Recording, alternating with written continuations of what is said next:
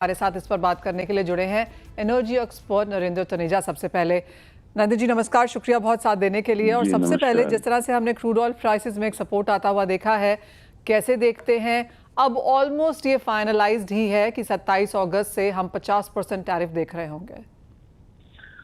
देखिए, जिस तरह के डेवलपमेंट्स हम देख रहे हैं, मैंने कई बार आपके चैनल पे कहा है कि भाई ऑयल जो है वो 90% जियोपॉलिटिक्स होती है। और आप जो और अभी भी जो कीमतों में आप हरकत की बात कर रही हैं कि थोड़ा उसमें जो है बढ़ोतरी हुई है, बढ़ी है कीमत, वो जियोपॉलिटिकल फैक्टर ज्यादा है। थोड़ी बहुत डिमांड में भी हमने एक मूवमेंट देखा है, लेकिन डिमांड में कोई ऐसा मूवमेंट नहीं है कि उसकी कीमत जो है उसमें बहुत ज्यादा कोई हरकत आ जाएगी। लेकिन मुझे लगता है कि कुल मिलाकर के आज जो पूरी जियो पॉलिटिक्स हो रही है और जो शतरंज का खेल चल रहा है, उसके अंदर जो है वो ट्रम्प साहब एक तरफ है, वेस्टर्न यूरोप के कुछ देश उनके साथ नजर आते हैं, हालांकि बड़ी इच्छा से नजर नहीं आते हैं जिस तरह से वो उनको ट्रीट कर रहे हैं। और दूसरी तरफ हम देखा कि अमेरिका की पूरी कोशिश कि भारत और चीन जो है वो रूस का तेल जो है वो लेना बंद कर रहे हैं, या कम से कम चीन जो है वो उसको कम तो जरूर करे। तो ये सबसे एक बात तो बड़ी स्पष्ट हो जाती है कि उनका ये धारणा, उनका ये बार बार ये वक्तव्य देना कि भाई जो भारत तेल खरीदता है उससे जो है वो रशिया की जो वॉर मशीनरी है वो उससे जो है फ्यूल हो रही है, उसी से चल रही है, ये बिल्कुल बेबुनियाद है। देखिए, भारत जो है वो रूस से तेल 3 साल से खरीदा है, और यूक्रेन का जो मसला है वो उससे भी ज्यादा समय से चल रहा है। इन दोनों का आपस में किसी तरह का तालमेल नहीं है। हाँ, इतना जरूर नजर आता है अमेरिका भारत पर दबाव डाल रहा है, क्योंकि अमेरिका खासतौर से जो शेल प्रोड्यूसर है उनकी कोशिश है कि भारत उनसे और ज्यादा तेल खरीदे।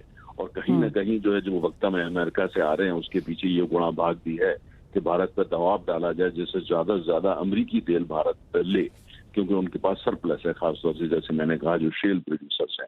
अगर ऐसा उनको कहना है तो उसके लिए अर्थशास्त्र का प्रयोग करना होगा, अच्छी टर्म्स देनी होंगी, अच्छी कॉमर्शियल कंडीशंस देनी होगी, बल्कि बार बार ऐसे वक्तव्य देना जो उनके ट्रेड एडवाइजर हैं या उनके जो वित्त मंत्री हैं, और उसको जो है भारत को उस चीज से जोड़ना जिसका भारत से कोई लेना देना नहीं है, दूर तक कोई लेना देना नहीं है ना। वो कह के जो भारत से 25 साल पुराने संबंध है उन पर सवाल उठाना।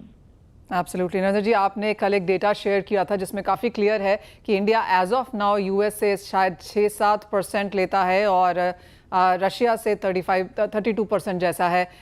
यूएस का शेयर हमने गिरता हुआ देखा और रशिया का 3 सालों में बहुत ज़्यादा बढ़ते हुए देखा है। काफ़ी क्लैरिटी है उस WTO के ग्राफिक्स में वहाँ पर। यहाँ से जिस तरह का तालमेल है, जिस तरह का भारत खरीदता है इतने सारे देशों से, आपको क्या ये आगे जाकर अब चेंज होता हुआ नजर आता है? क्योंकि हम देखते हैं कि हर 3-4-5 सालों में वो मैथमेटिक्स, वो कैलकुलेशन यहाँ पर चेंज होती है। देखिए, बयान अपनी तरफ है, चाहे वो किसी भी देश से आ रहे हों, लेकिन अंततः जो है हमारे जो रिफाइनर्स हैं, चाहे वो सरकारी कंपनियां हों, चाहे वो प्राइवेट सेक्टर की कंपनियां हों, वो वहां से तेल लेकर के आएंगी जहां से उनको जो है commercial conditions, commercial terms attractive नजर आएंगे। यही सीधा सीधा पैमाना होता है। और मेरा ये मानना है, जिस ग्राफ की आप बात कर रही हैं उससे स्पष्ट है कि अमेरिका से भारत ने ज्यादा तेल लिया है। और अगर आप डेटा लेटेस्ट उठा करके देखते हैं, जो कल का डेटा है वो ये है कि उसके अंदर पहले 70% की बढ़ोतरी थी, और वो 95% की बढ़ोतरी, लगभग दुगुना तेल भारत ले चुका है जितना पहले लेता था इस साल के अंदर अमेरिका से। और अगर जो है कॉमर्शियल टर्म्स अच्छे तो और भी ज्यादा लिया जाएगा। लेकिन जिस तरह के बयान वहां पे आते हैं, और ऑयल का जो भारत जो रूस से तेल होता है उसका राजनीतिकरण किया जाता है, उसमें जो है राजनीति को लेकर के आया जाता है, उसमें वो बातें लगाई जाती है जिसका सच्चाई से कोई लेना देना नहीं है, चाहे वो भारत हो, चीन हो या वो कोई भी देश हो, वो उसको पसंद नहीं करता। तेल एक व्यापार है, पूरी दुनिया में बहुत बड़ा व्यापार है। अमेरिका को क्योंकि ज्यादातर तेल डॉलर में खरीदा जाता है, अमेरिका को उससे बड़ा फायदा होता है। तो उस पर आकर के राजनीति इस स्तर पर करना है कि कोई वित्त मंत्री और व्हाइट हाउस के ट्रेड एडवाइजर करे, मुझे लगता है कि वो बहुत ज्यादा उसके अंदर मैच्योरिटी नजर नहीं आती। व्यापार होता है, जहां से सस्ता मिलेगा वहां से लेकर के आ जाएगा।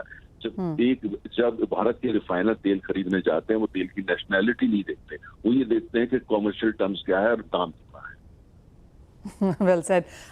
एक और नरेंद्र जी, एक बहुत बड़ा डिबेट जो लगातार हम बनता हुआ देखते हैं वो ये है कि क्रूड के प्राइसेस ऊपर भी जाते हैं, नीचे भी आते हैं, लेकिन हमारे रिटेल प्राइसेस में यहाँ पर कोई मूवमेंट नहीं है।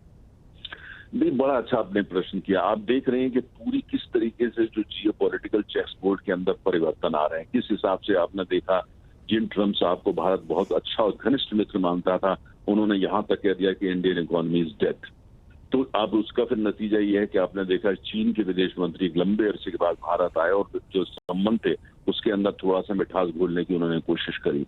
हमारे विदेश मंत्री रूस गए, जैसा आपने देखा, उससे पहले हमारे नेशनल सिक्योरिटी एडवाइजर गए, अब वहां के राष्ट्रपति भारत आने। तो कुल मिला के ऐसे हालत में जब पूरा जियोपॉलिटिकल वर्ल्ड का जो चेस बोर्ड है उसमें इतनी तब्दीलियां हो रही है, इतना परिवर्तन उसके अंदर आ रहा है और प्रेडिक्टेबिलिटी जो है उसके बारे में बड़ा कहना मुश्किल हो रहा है। ऐसे हालात के अंदर भारत सरकार या भारतीय कंपनियों का काम ये होना चाहिए कि हर हालत में भारतीय उपभोक्ता को तेल उपलब्ध रहे। कहीं भी petrol, diesel, turbine fuel, LPG को लेकर कहीं पर लाइनें ना लगना शुरू हो जाए, जो ईरान में, पाकिस्तान में, तमाम देशों में देखने को मिलती हैं। मुझे लगता है भारत सरकार की भी और राज्य सरकारों की भी और इन सारी कंपनियों की, राज्य सरकारें चाहे वो किसी भी राजनीतिक दल की हो, प्राथमिकता ये होनी चाहिए कि तेल की दिक्कत नहीं होनी चाहिए, तेल उपलब्ध हो। जब तेल की इस समय प्रायोरिटी ये है कि तेल, डीजल, पेट्रोल, टरबाइन फ्यूल या एलपीजी हर जगह उपलब्ध हो, कहीं कंज्यूमर को कहीं दुविधा या कहीं परेशानी ना हो, असुविधा ना हो। कीमत जो है इस समय प्रायोरिटी नहीं है, इस समय प्रायोरिटी ये है पूरी दुनिया के 40 देशों से तेल लेकर के आना, चूंकि हमारी इंपोर्ट पे डिपेंडेंसी ज्यादा है, रिफाइन करना, पूरे देश में उसका वितरण करना, जिससे जो भारतीय उपभोक्ता है, चाहे वो घरेलू हो चाहे औद्योगिक हो, उसको परेशानी ना हो, उसको वो उपलब्ध हो जब वो चाहता है। जब ये चीज सिक्योर कर ली जाएगी, ये पूरी तरह सिक्योर हो जाएगी इस जियो पॉलिटिकल एटमॉस्फेयर में जिसमें चारों तरफ से भारत पर तीर छोड़े जा रहे हैं, उसके बाद दाम, कीमत, उस पर बहस होनी चाहिए, उससे पहले नहीं। Point taken.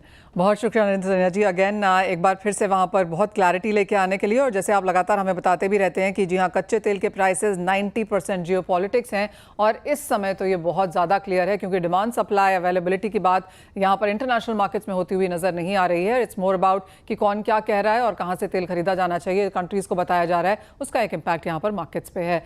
वेल, ये तो बात हुई यहाँ पर कच्चे तेल की, लेकिन इसके बाद अब खाने के तेल